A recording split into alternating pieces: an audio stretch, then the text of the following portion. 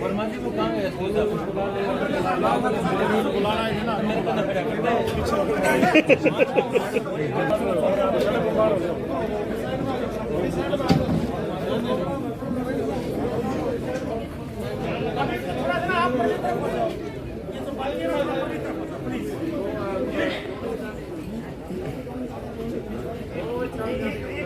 आप ही के बंदे बैठे 5 बंदे, अब 8-10 लोग डिसीजन भी नहीं होता।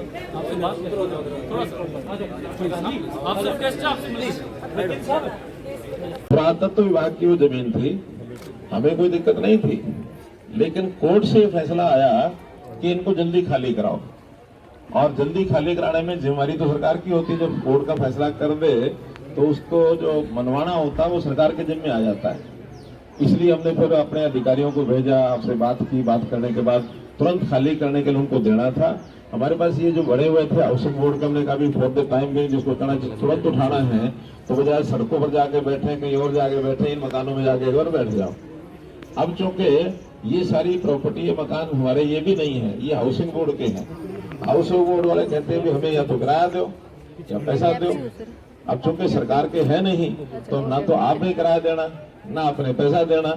हमने उसमें से मेरी रास्ता निकाला कि कुछ जमीन लेकर के, और आपको जितनी जमीन वहां थी उस हिसाब से किसी को 50 गज का, किसी को 100 गज का। हमारे गोपाल कांडा जी कह रहे हैं भी 50 की बजाय सबके 100 कर दो। मैंने कभी आप यहाँ बैठे हो, कर लो फैसला, जो मुझे तो कोई दिक्कत नहीं है। प्लॉट काट के और लॉटरी डाल के आपको दे देंगे, उसके हिसाब से आप लोग अपना रहो सहो आराम करो। और फिर चूंकि ये हाउसिंग बोर्ड के हैं, उनको हैंड ओवर कर देंगे, भाई फिर रखो, किराया चढ़ाओ, बेचो, जो करना है आपका है, आप करो, हमें कोई लेना देना नहीं उसमें। लेकिन आपकी सब सुविधाएं जितनी ज्यादा हम ध्यान रख सकेंगे उतना जरूर रखेंगे। आप निश्चिंत रहो, क्योंकि आप भी आखिर इसी प्रदेश के लोग हो। इस प्रदेश के जो सब लोग हैं उसको हम भी अपना परिवार का सदस्य मानते हैं, इसलिए आपको कोई दुख तकलीफ नहीं आने देंगे। ठीक है, बहुत बहुत धन्यवाद।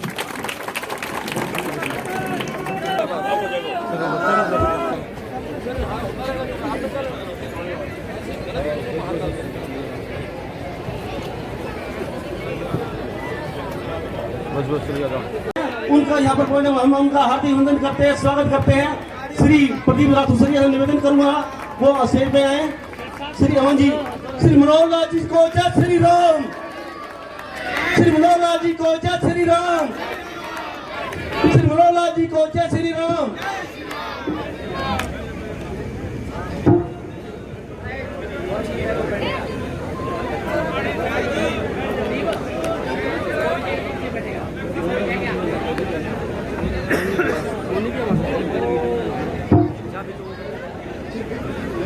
मैं विजय बटला जी जो ऑटो मार्केट के प्रधान है उनसे निवेदन करूंगा सीएम साहब का बुक्का देकर उनका स्वागत करेंगे। श्री विजय बटला जी, सीएम साहब के आदेश है कि उनको आगे जाना है, इस करके ज्यादा भीड़ ना करें। विजय बटला जी रिक्वेस्ट जल्दी स्टेज पे आए।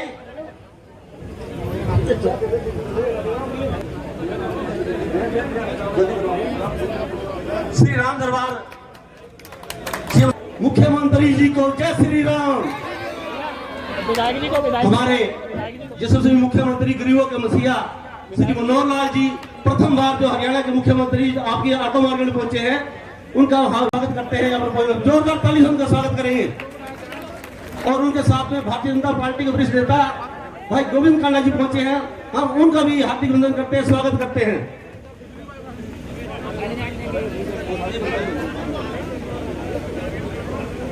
जी अशूभ जी सीएम साहब का शाल भेंट करके उनका स्वागत करते हैं, जोरदार ताली से स्वागत करेंगे।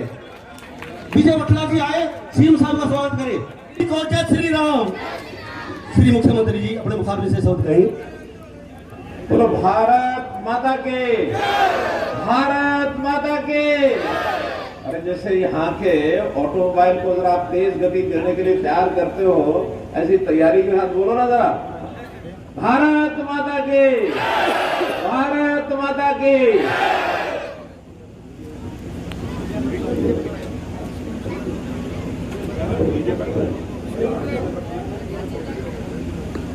आज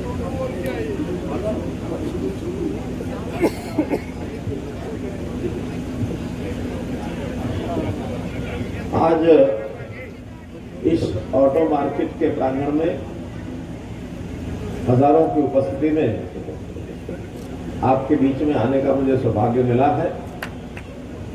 हमारे बीच में यहाँ के अपने विधायक श्री गोपाल कांडा जी,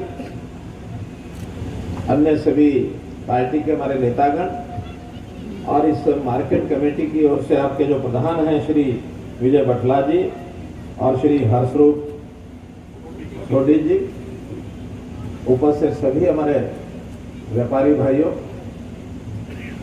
वर्षों से और ये जो ऑटो मार्केट सिरसा, इसकी एक कहानी में सुनता आ रहा हूं।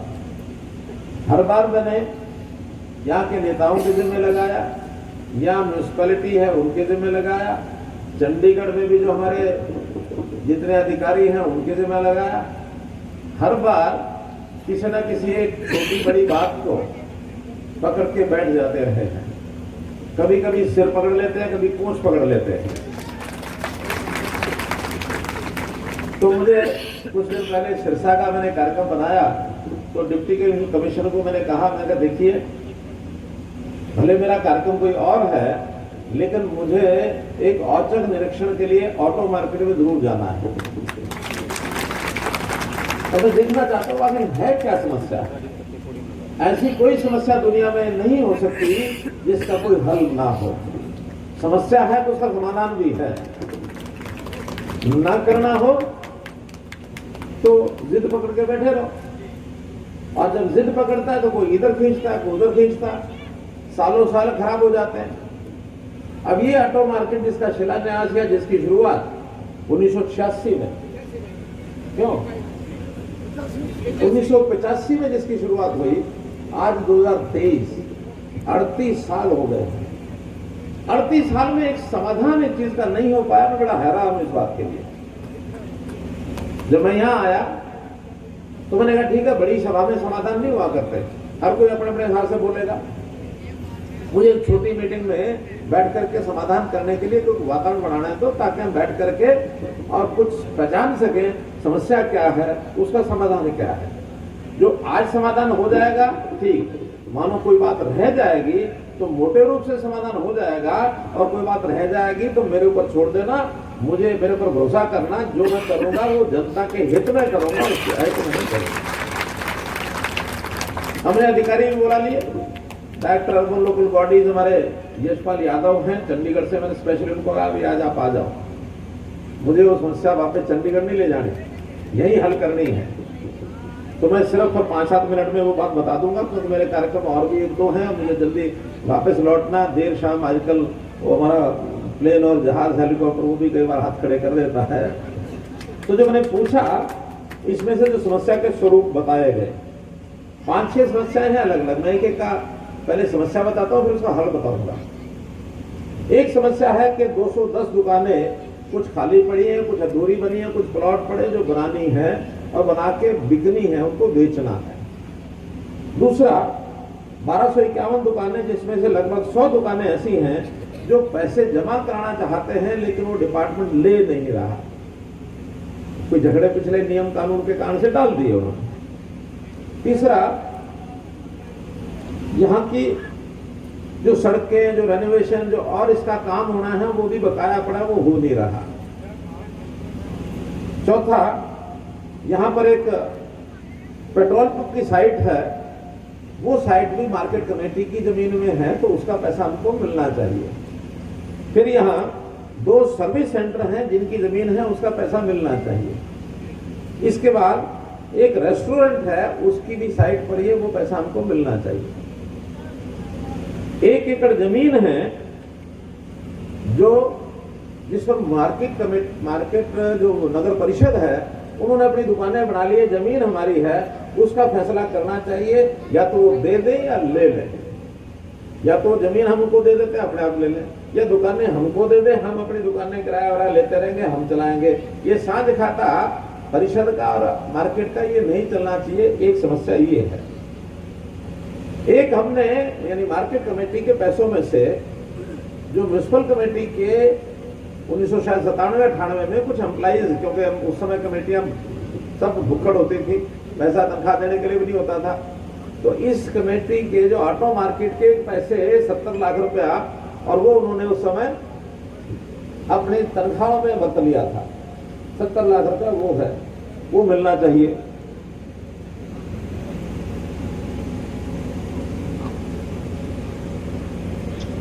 एक विषय और है, ये ट्रांसफर फीस। बैठो बैठो बैठ जाओ, अब आपस में कोई बात नहीं करो, सुन लो, थोड़ा जल्दी खत्म हो जाएगा। भाई ये जो आगे खड़े जरा साइड में हो जाए, इनको हमारे जो पीछे लोग देखने करने वाले हैं, ये मीडिया वाले भी जरा इस साइड में होकर के फोटो ले लेंगे। पैसा जब दुकानें एक दूसरे के नाम ट्रांसफर होती है तो कुछ फीस आती है, उसका क्या करना। मोटे मोटी यही बातें थी, यही सब थी। अब इसका फैसला जो हमने एक पंचायती फैसला किया है तो से आपको उसमें फायदा पहुंचाना, ढिलाई दे करके, वो हमारे हाथ में है। लेकिन बाकी चीजें होती हैं, कुछ ले लो कुछ दे लो, ऐसा करके करना पड़ता है। ठीक है ना, फैसला तभी होता है ना। अगर अड़ जाए तो फिर पहले ही 38 साल लग गए हैं, और अड़े रहेंगे तो 38 और लग जाएंगे, तीसरी पीढ़ी आ जाएगी। अभी भी हमारे जब हिस्सेदार बने होंगे तो हमारे से कईयों के बाप दादा बने होंगे, भुगत हम रहे हैं अब। तो इसलिए इसका फैसला, पहला फैसला जो बहुत बढ़िया फैसला मार्केट कमेटी के हक में बता रहा हूं, ये ऑटो मार्केट के हक में बता रहा हूं, कि जो इन्होंने 97-98 में 70 लाख रुपया लिया था, वो 70 लाख रुपया बैंक ब्याज के सहित ये वापस लौटाएंगे, जो लगभग 5.5 करोड़ रुपया बन जाता है। ये ऑटो मार्केट हक में फैसला चला रहा है। 1.5 करोड़ रुपया पहले से बैंक में पड़ा है, तो हो जाता 7 करोड़ हमारा। इमीडिएट 7 करोड़ में से ये जो 210 दुकानें बची हुई हैं, इसका निर्माण शुरू करने के लिए कमेटी को कह दिया वो अगले हफ्ते में इसका निर्माण शुरू कर दे, और जैसे कंप्लीट हो जाए फिर उसको ऑक्शन में बेचना है। ऑक्शन में लेगा वही जो ऑटो मार्केट से जुड़े हुए कामों के अंदर काम करता होगा। ऐसा नहीं कि कोई चाय वाला, कोई गुनौले वाला, कोई खाद वाला, वो तय है ना कि रिलेटेड काम, इससे रिलेटेड काम कोई लेंगे। और जो किसी ने दुकान आगे भी किसी को देनी है, वो भी रिलेटेड काम ही करेगा, दूसरा कोई नहीं करेगा। ये फैसला हमारा पहले से हुआ होगा। इसी प्रकार हमें पैसे की जरूरत पड़ेगी इस मार्केट कमेटी के डेवलप करने की, तो जैसा जैसा पैसा आता रहेगा वैसे वैसे इसकी डेवलपमेंट शुरू हो जाएगी। डेवलपमेंट में यहाँ का सड़कें तो है ही हैं, सड़कों के अलावा भी शायद सीवरेज, पानी, हाँ, तो वो साथ साथ शुरू हो जाएगा। और जो इनकम आनी शुरू होगी, मैंने बता दिया 5.5-7 करोड़ तो ये अपने पास है। 210 दुकानें बनती है, उसकी ऑक्शन हो जाएगी, उसमें से पैसा आएगा। फिर सबसे पहले पेट्रोल पंप, इसकी साइट, इसको बेचना है। बेचने में इसमें न्यूनतम कीमत, उसके ऊपर ऑक्शन में जो जितना ज्यादा देगा, शहर में से कोई ले जाए, आप में से किसी ने लेनी है आप लो, बाहर से लेनी बाहर से लो, पेट्रोल पंप वाला पेट्रोल पंप बढ़ाएगा और कुछ नहीं बढ़ाएगा। इसकी न्यूनतम कीमत, एक ग्राहक मुझे मिला, मैंने उसका नाम रख दिया, भैया 9 करोड़ में 13 हो गया, ज्यादा मिले तो कोई ले लो। ठीक है ग्राहक, इतना ओपन फैसला और कोई नहीं करता है। हमने कहा मिनिमम 9 करोड़, एक आदमी ने कहा मेरा हो गया, दूसरे ने कहा कि मैं इससे ज्यादा दे दूंगा। मैंने कहा अब वो बोली लगाना साइट पर या फिर पोर्टल पर, 9 का चाहिए बिक जाए 20 का, लेकिन न्यूनतम 9 करोड़ की बोली उसकी तय हो गई। तो हमने उसकी इनकम अभी 9 ही रखी है, जितना ज्यादा होगा वो आपका होगा। इसी में जो 1 एकड़ जमीन जहां म्यूनिसिपल कमेटी ने अपनी दुकानें बना रखी है, 10, 11, 12 दुकानें हैं, कुछ 36 दुकानें, 36। अब कुल 10 गज की एक दुकान लगभग तो 360-70 गज की है, एरिया 1 एकड़ के लगभग है। उसका ये कलेक्टरेट के हिसाब से मार्केट यानी जो नगर परिषद है वो पैसा और ऑटो मार्केट देगी। 1 एकड़ जमीन ये उनकी हो जाएगी, दुकानें उनकी, सब कुछ उनका। उसका भी हमने हिसाब लगाया कि लगभग 8-9 करोड़ रुपया उसका भी आएगा।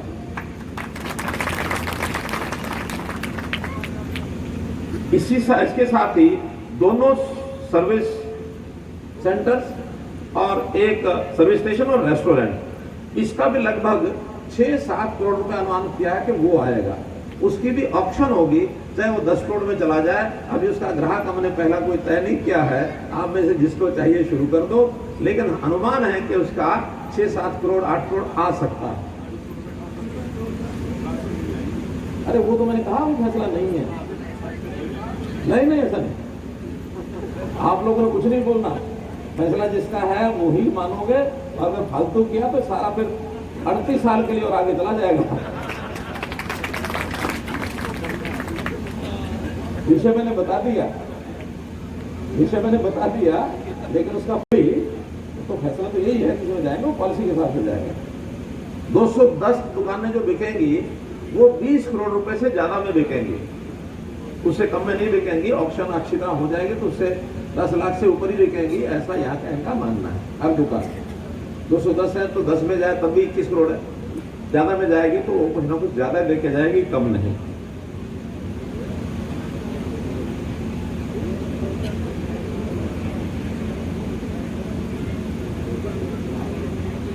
और ये जो 100 दुकानें जिनका विवाद है, एक प्रकार का पैसा ले नहीं रहे, ये कानूनी नुक्ता हमारे म्यूनिसिपल कॉर्पोरेशन के, ये जो हमारा यूएलबी विभाग है, उन्होंने कुछ फांचने फंसा रखी हैं, जिसके कारण से वास्तव में ऊर्जा है, जिनका पैसा ले नहीं रहे, उनका भी मैंने कह दिया कि सारी फांचने खत्म कर दो, कोई कंडीशन नहीं, बिना कंडीशन के, और उन 100 दुकानों का पैसा विद इंटरेस्ट ब्याज वो देंगे, जितना पैसा बचा वो देंगे, सारा पैसा उनका जमा करा लें और बाकी सारी कंडीशनें खत्म करके, और उसके बाद इन कामों को, कंडीशन एक ही है कि जिस काम के लिए मार्केट बनी है उसी कामों की लिस्ट में काम कर सकते हैं और कोई काम नहीं कर सकते।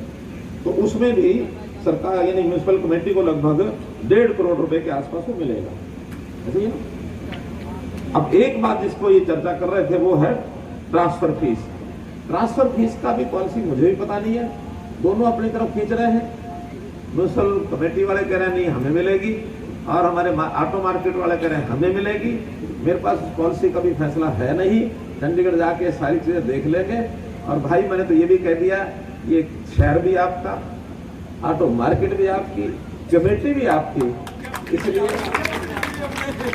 इसलिए उस पर विवाद मत करना, जिधर मिल जाएगा उधर मिल जाएगा। हाँ, ये जितना आपका इनकम हो रही है उसमें इनकम ज्यादा है, खर्चा कम है, ये सब करने के बाद भी 5-7 करोड़ रुपए आपके पास बचेगा खाते में, जो आगे आपको काम आता रहेगा। ठीक है, मोटे रूप से ये फैसले हुए हैं। अब इन फैसलों से हम में से जो सहमत है उधर हाथ खड़े कर दो, इससे ज्यादा काम नहीं। आपके यहाँ के कुछ और काम बाकी हैं, वो अगली बार जब आएंगे, एक निवेदन और इधर से आया हुआ है कि इसका विधिवत शिलान्यास करने के लिए आप तारीख तय करो जी। मैं शिलान्यास सारा का सारा विकास ऑटो मार्केट खुद करेगी। और आज जो 38 साल पुराना फैसला मुख्यमंत्री जी ने किया है, पूरी ऑटो मार्केट की तरफ से बहुत दिल से इनका धन्यवाद करते हैं। धन्यवाद। जय हिंद, जय हरियाणा।